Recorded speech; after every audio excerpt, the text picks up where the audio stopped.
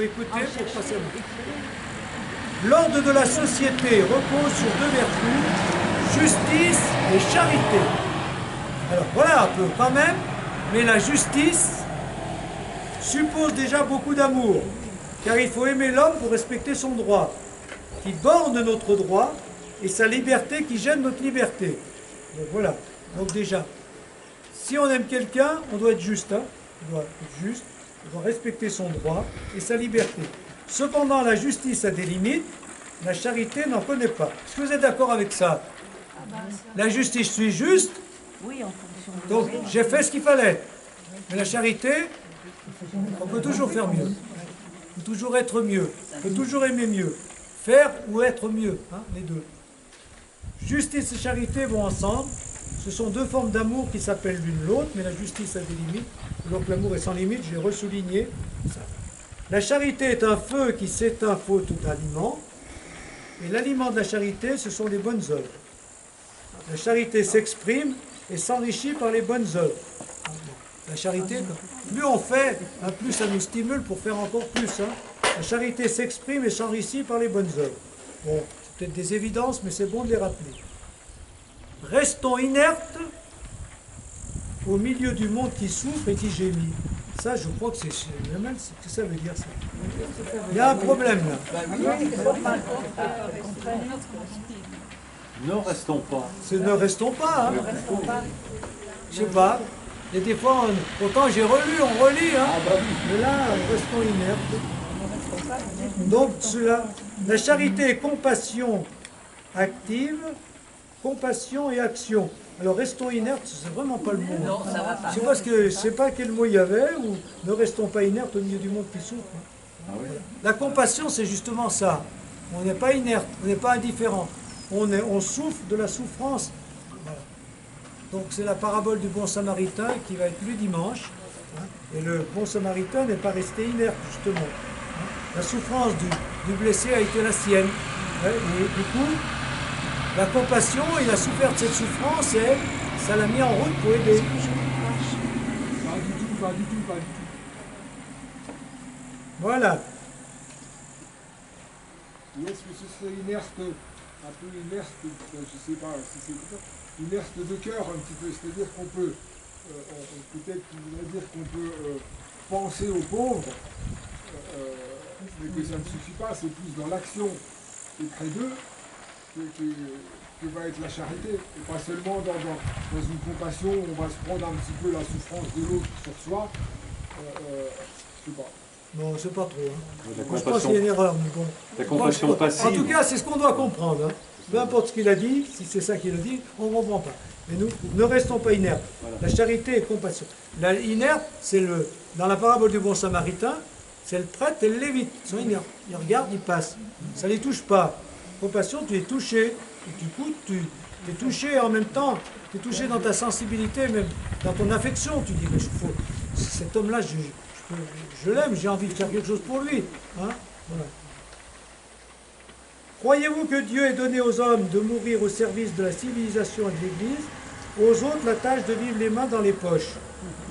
La charité est un devoir pour tous.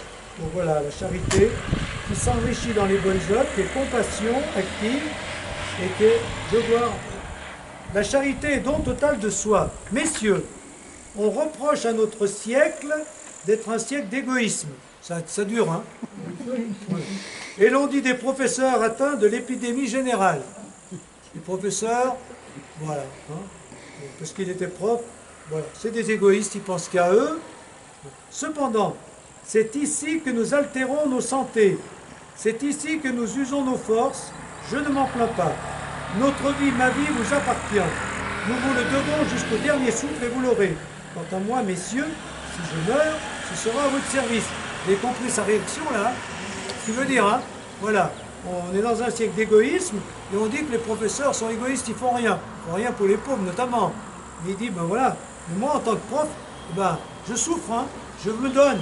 Et donc, j'use mes forces pour vous. Hein? Ça c'est bien de dire ça aussi. Hein? Bon, la charité, c'est pas bon. Aider les pauvres, mais aussi dans son métier, dans son travail. Hein? Se donner à fond, hein? S'épuiser, hein? Ben, c'est de la charité. Hein? Un curé peut s'épuiser au service de ses paroissiens. Il ne va pas visiter les pauvres, mais il se donne et il souffre. Vous êtes bien d'accord, Denis, hein? Bah, s'épuiser au travail, je ne sais pas si c'est la solution. Hein, Ah parce que ça finit toujours mal. Voilà. Bon, donc, maintenant, les prêtres, c'est autre chose. Oui, mais c'est ici que nous altérons nos santé. Voilà. Ben oui, c'est ici que nous usons nos forces, et il s'en plaint pas. Donc le don de soi, voilà. Et Antoine de Chevrier, voilà, disait qu'il fallait se laisser manger. Il fallait se laisser manger par ses paroissiens. Un bon prêtre, c'est un prêtre qui se laisse manger. Hein? Bon. Voilà, donc le don de toile de soie. Peut-être pas jusqu'à l'épuisement, mais bon, vous appliquerez ça vous-même. La charité, c'est l'éducation par excellence de la jeunesse. Voilà, vous avez vu le fil conducteur, hein? Souci des jeunes, mettre dans le coup des jeunes. Je voudrais que tous les jeunes gens de tête et de cœur, de tête et de cœur, hein, bon, s'unissent pour quelque œuvre charitable et qu'il se forma par tout le pays une vaste association généreuse pour le soulagement des classes populaires. Il y a une chose qu'on ne leur a point enseignée, une chose qu'ils ne connaissent que de nom et qu'il faut avoir vu souffrir aux autres pour apprendre à la souffrir quand elle viendra tôt ou tard. Cette souffrance, cette chose, c'est la douleur, c'est la privation, c'est le besoin. Il faut que ces jeunes seigneurs sachent ce qu'est la faim, la soif, le dénuement d'un grenier. Il faut qu'ils voient des misérables, des enfants malades, des enfants en pleurs. Il faut qu'ils les voient et qu'ils les aiment. Bon, donc mettre les jeunes dans le coup en leur faisant voir la situation des plus pauvres qu'eux pour que leur cœur s'ouvre et qu'ils se disent qu'ils doivent faire quelque chose. Bon, ça c'est classique, encore faut-il pouvoir le faire, mais bon, il faut essayer. Bon. Méditation, je pense aux personnes avec qui j'essaye de vivre une vraie charité, compassion, œuvre, action, relation, amour, don de soi. Alors, plutôt que de faire la méditation, je vous pose la question. Aujourd'hui, d'après vous, d'après ce que vous avez trouvé autour de vous, s'il y avait des pauvres, on devrait s'occuper un peu plus, quelle forme de pauvreté vous interpelle et réveille votre compassion, votre envie de faire quelque chose dans toutes les pauvretés actuelles. On en a plus ou moins parlé tout à l'heure, mais on peut redire. Quelles sont les pauvretés dont vous êtes témoin? La solitude, très bien. Et puis, quelles sont les pauvretés qui vous... Qu'est-ce qu'il y a d'autre? Le manque de relations. Manque de relations, ça va avec l'isolement, hein, Ouais, la solitude.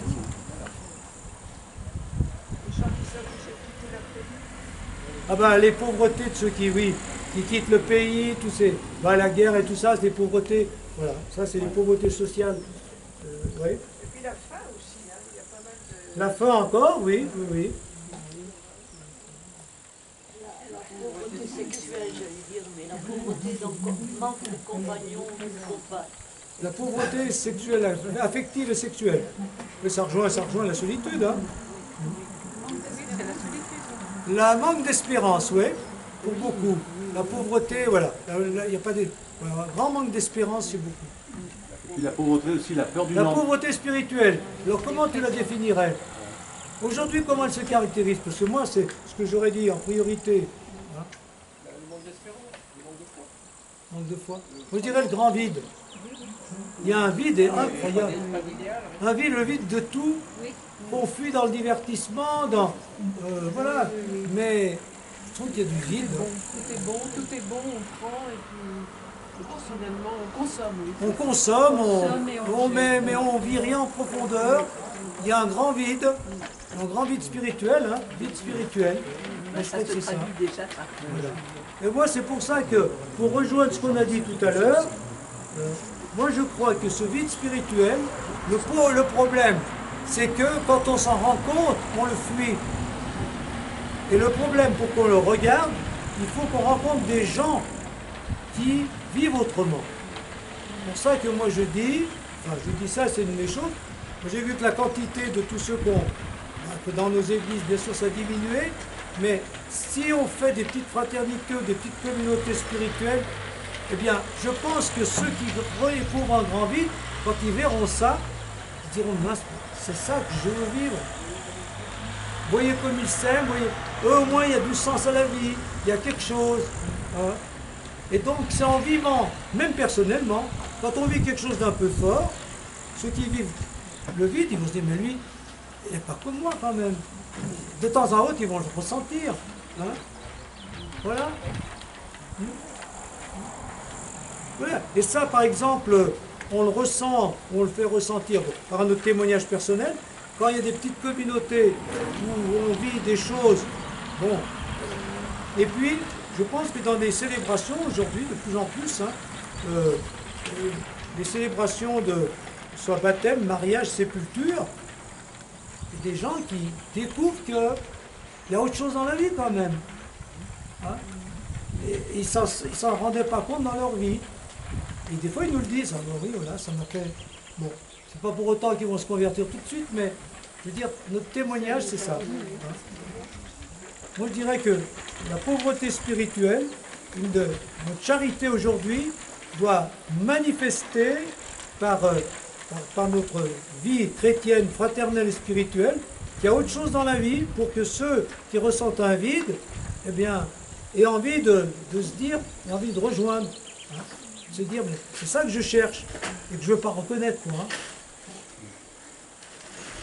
Le sens de la vie, justement, le sens de la vie, c'est de faire chaque jour ce qu'on a à faire, en pensant que c'est la volonté de Dieu, et nous verrons à la fin de notre vie la belle œuvre que Dieu a faite avec nous et par nous. Alors, quand on s'interroge sur le sens de la vie, quel est le sens de ma vie? Alors, globalement, c'est difficile de dire. Mais lui, il dit, il ne faut pas regarder le global, parce que vous n'allez pas y arriver. Chaque jour, fais ce que tu penses que Dieu te demande. À chaque jour suffit sa peine. À chaque jour suffit ça. Fais ce que... Et voilà après son analyse. Voilà comment il explique après le sens plus profond de la vie et plus général. Pourvu que l'ouvrier sache à chaque heure du jour la tâche qui lui est imposée pour l'heure suivante, n'atteindra-t-il pas sûrement au terme de l'œuvre que s'il avait sous les yeux le plan de l'architecte? Vous voyez ce qu'il veut dire, hein? Chaque jour, voilà ce que tu dois faire, voilà pourquoi tu dois faire ça, voilà ce que tu dois faire. C'est pas pour autant que là, il sait tout ce que l'architecte a combiné. Hein. L'essentiel, c'est qu'il sache ce qu'il a à faire aujourd'hui. Ben nous, c'est pareil. L'architecte, c'est Dieu. Alors, quel monde il veut bâtir? Celui qui peut répondre, il est bien fort. Hein. Et si moi, je fais ce que je pense devoir faire aujourd'hui, je fais confiance à l'architecte pour faire tout le reste. Alors voilà. C'est nous-mêmes qui faisons notre destinée dès ici-bas, mais sans la connaître encore. Vous voyez? À peu près comme les ouvriers des Gobelins hein, travaillent à leur tapisserie. Écoutez bien la belle image. Suivant docilement le dessin d'un artiste inconnu, ils s'appliquent à assortir sur le revers de la trame les fils des différentes couleurs indiquées par lui, mais sans voir le résultat donné par leur travail. Si on veut tout de suite savoir le résultat de notre vie, on va pas y arriver. Chaque jour je fais. Voilà.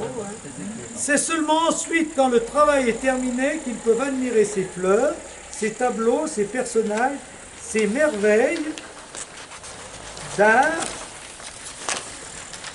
sortis de leurs mains pour aller faire l'enchantement de la demeure des rois. Ainsi, mes amis, travaillons-nous sur cette terre, dociles et soumis à la volonté de Dieu, sans voir ce qu'il fait pour nous. Mais lui le voit, le sait, lui l'artiste divin. Et quand notre tâche sera achevée, il nous fera apparaître l'œuvre de toutes nos vies de labeur et de peine. Nous en serons dans l'extase et nous le bénirons de ce qu'il daigne agréer nos faibles œuvres pour les placer dans ses demeures éternelles. Méditez bien sur ça. Hein? Moi je fais ça, voilà. Je file chaque jour, c'est l'œuvre générale. Hein? Voilà. L'architecte, c'est Dieu. Et c'est pareil, hein? Voilà. Ou on peut prendre une cathédrale. Moi, je place mes pierres, une, deux, trois. Mais la cathédrale, je ne sais pas trop comment elle va se construire. Mais je sais qu'il y en a une qui se construit. Hein. Voilà. Voilà ce qu'il faut dire. Le sens de ma vie, je fais ce que je pense que Dieu veut que je fasse. Maintenant, à quoi ça sert et qu'est-ce que ça va devenir? Ben, Dieu le sait, mais pas moi. Il faut l'accepter. Vous êtes d'accord avec ça? Bon, maintenant, si on arrive à savoir le résultat final, ou à le deviner, tant mieux. Mais il ne faut pas se faire trop d'illusions. Non, mais on prend ça pour des choses concrètes, pour notre vie, mais l'Église, quelle Église Dieu veut? Hein? Si moi je fais ce que je pense, là où je suis, bon, on verra bien le résultat. Mais si pour faire quelque chose, j'attends de savoir le résultat, je ne ferai rien. Donc l'exercice, c'est-à-dire pour appliquer ça dans notre vie, faire chaque jour ce que nous pensons devoir faire en disant à Dieu que ta volonté soit faite. Et de temps en temps, prendre de la hauteur pour apprécier et goûter l'œuvre que nous faisons et qui apparaîtra dans tout son éclat dans l'éternité. Hein? Goûter ce que je fais, même si je ne comprends pas le résultat final. Hein? D'accord avec ça? Moi je trouve que c'est une bonne spiritualité. Hein? Faisons tout ce qu'on peut faire, goûtons ce que nous faisons, mais faisons confiance à l'architecte et on verra la beauté de l'œuvre quand tout sera terminé. Et tout sera terminé peut-être à notre mort pour nous, mais même pas hein, dans le royaume éternel. Et puis la dernière chose, la confiance en Dieu et en la providence. Hosanna a toujours fait une totale confiance en Dieu, en remettant tout ce qu'il faisait entre les mains de Dieu, que ça réussisse ou non. Tous peuvent me soutenir de leurs prières. Du reste, ce que je demande à Dieu, c'est que lui-même prenne la conduite de cette délicate négociation, en sorte que je n'y sacrifie ni mes devoirs d'État par imprudence, ni mon honneur de chrétien par pusillanimité. Après tout, il peut être utile pour mon salut que je ne réussisse pas. Dites-vous ça souvent. Je fais confiance à Dieu. Si ça marche, tant mieux. Si ça ne réussit pas, ben, peut-être qu'il... Voilà. C'est pas ça. Mais je fais confiance à Dieu. J'ai fait ce que je devais. Voilà. Faire confiance à Dieu, ce n'est pas lui laisser faire le travail. Hein, comme on l'a dit, hein, toi le ciel t'aidera. Hein, voilà. Et donc Dieu, c'est faire notre travail en sachant que lui fera le reste. Voilà, hein, je répète la phrase de tout à l'heure. J'ai toujours espéré que Dieu se chargerait de faire le travail pourvu qu'on l'y aidât. Nous sommes des serviteurs inutiles si on rejoint l'Évangile, en ce sens que c'est Dieu qui fait tout, mais nous ne devons pas être des serviteurs oisifs, car Dieu fait tout par nous et avec nous. Vous voyez, cette fameuse phrase, des serviteurs inutiles, hein, voilà. Ça j'aime bien, parce que vous savez, c'est dans l'Évangile. Hein. Eh bien moi j'aime bien ce qu'il dit, ça c'est une bonne interprétation. Tous serviteurs inutiles que nous sommes, il ne nous est pas permis d'être des serviteurs oisifs. Voilà. Voilà. Inutile au sens, c'est pas nous qui faisons tout le gros travail, c'est Dieu. Mais nous, on doit faire notre petit travail, parce que sinon Dieu ne peut pas faire le sien. Donc faisons ce que nous pouvons faire, et Dieu fera le reste. Et ça, sans qu'on sache exactement le résultat final. Hein. Dans tout ce que nous entreprenons, il faut faire confiance à la providence, c'est-à-dire en un Dieu qui veille sur nous, et qui nous enverra ce qu'il faut au bon moment, pour nous faire réussir les projets qui vont dans le sens de sa volonté. Dans les 1448 lettres publiées par Hosanna, régulièrement il cite cette phrase, la providence en prend soin. Donc aide-toi, le ciel t'aidera. Ça peut être une belle conclusion. Ne pas être oisif, mener des actions et des projets en faisant confiance en Dieu, qui les fera réussir en les rendant conformes à sa volonté et pas forcément comme on les avait prévus. Voilà, quelques réactions finales.